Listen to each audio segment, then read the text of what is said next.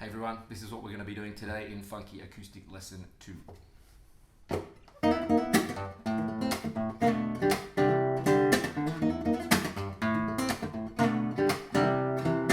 So continuing on from the last lesson, which is mostly about the right hand technique that I'm using to play the way I do. It's a little less important the song I'm showing you, but more important to learn the techniques and apply them the way you need to. And also understanding how you can change the techniques to suit what you need for every song. And each song's different. You can treat every song like a new technique to learn, or you can change the way the song is and play it your own way to suit the techniques you have already. Just depends totally on what you want to do. Firstly though, I'm going to go back to the first lesson very briefly and play one of the grooves. I think Best Miller asked me to do it really slow. So I will do that first and then I will move on to the next song. I'll play it fast and then I'll slow it down slower and slower and slower. Hopefully that helps.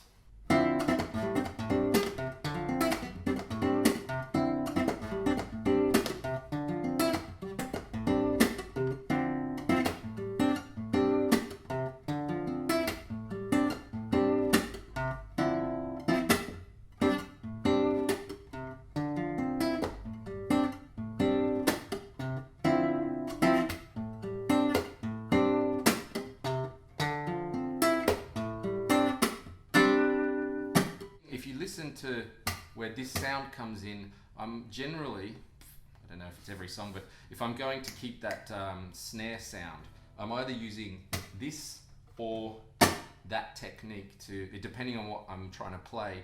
Sometimes it's impossible to do that at the same time as letting the chord sound the way I want. So it's a combination.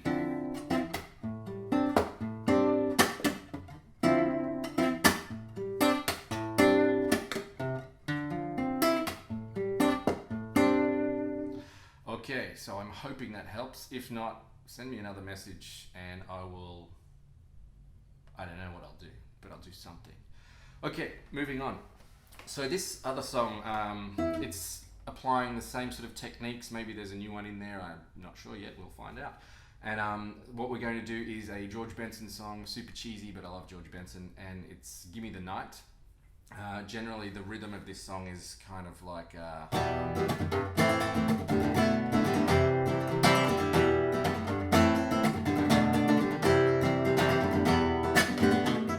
so on, funky tune. But there's melodies and little riffs and trumpet things and guitar stuff and whatever else going on. So I like to try and play it a bit more full, just to make it sound more interesting. So there's a melody, and once again this is more about learning the techniques that I'm using more so than learning the song, because I'm sure not everyone wants to learn a cheesy George Benson song. But so take from this lesson the techniques more than anything else. Okay, so the idea, like the intro, we have the little melody that I use.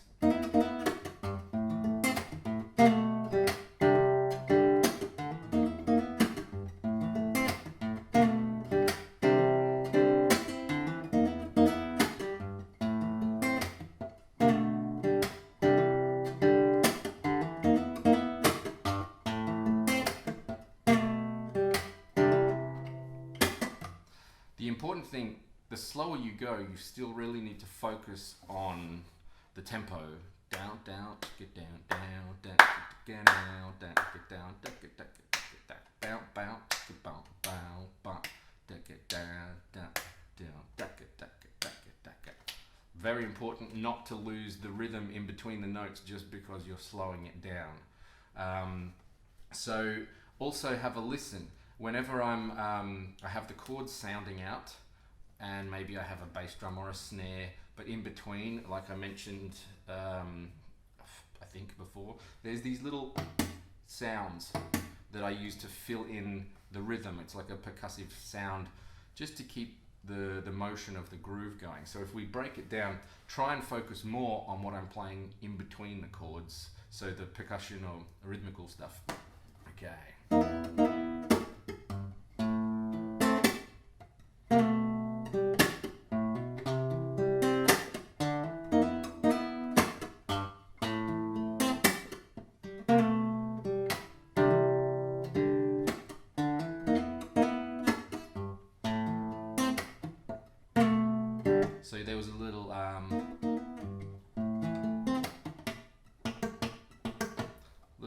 ding kind of sound. And so I'm breaking it down into 16th notes. And if I think of it as 1 E and a, 2 E and a, 3 E and a, that is where my sounds are coming from. You can leave out you can rearrange the 16th notes if you decide to leave out the second one, and you have da da da da da da da da da, or da da da da da da da. Depends totally on what you're trying to achieve. So, like the first song, you might play or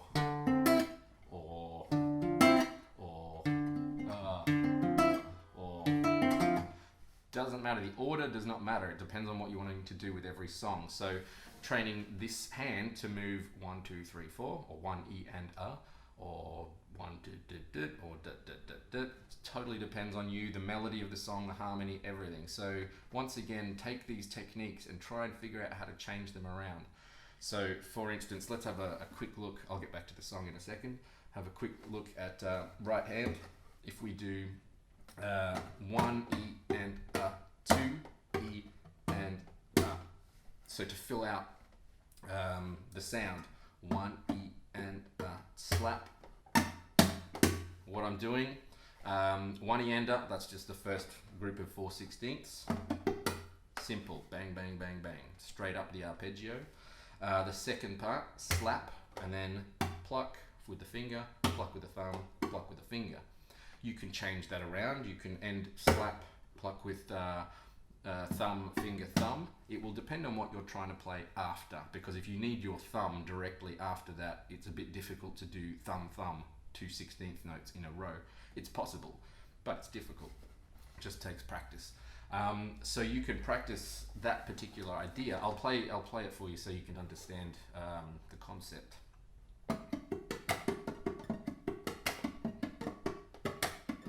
I'll try and get it right.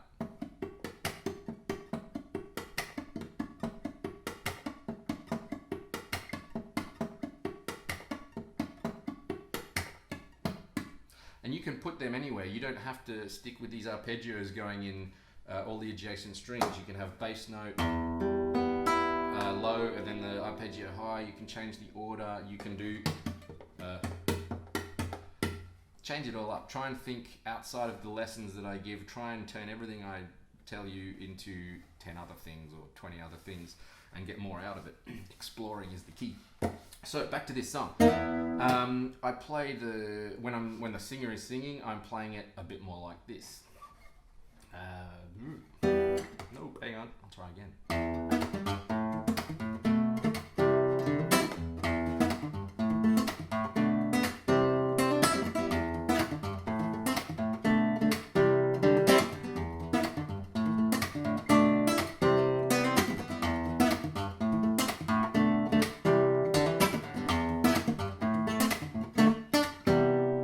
So if I play that slower,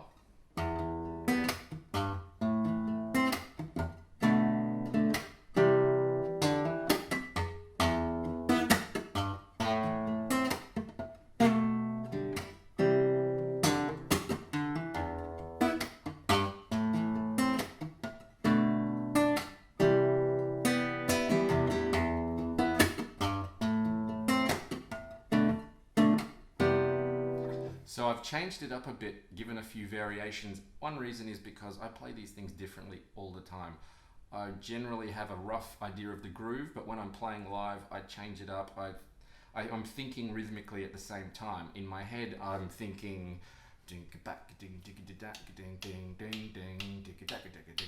I'm thinking like a drummer. Okay, so hopefully that was helpful for just getting an idea of grooving out. I'm not playing the best today. It's a bit cold in my apartment and the heater is not working properly. But anyway, you get the idea, hopefully. Let me know if not. But I'll be doing more lessons on this exact topic. So yeah, hopefully that gives you an idea of how to use these techniques for every song rather than just the ones I'm showing you. So try and take into account the bass movement, the drum movement or percussion, whatever it is, the harmonic movement. Do you want to keep the same groove as the original? Do you want to change it a little bit? Whatever. You can do whatever you want. It's just getting comfortable with these techniques, and there's a lot of them. I use techniques that I've learned over the last 20 years or so, from rumba, flamenco, jazz, funk, rock, metal, whatever. Throw it all together and see what happens. And so yeah, I hope that works. If you enjoyed it, got anything out of it, please like, share, comment, whatever, pass it around, and I'll see you for the next lesson. Cheers. See you later.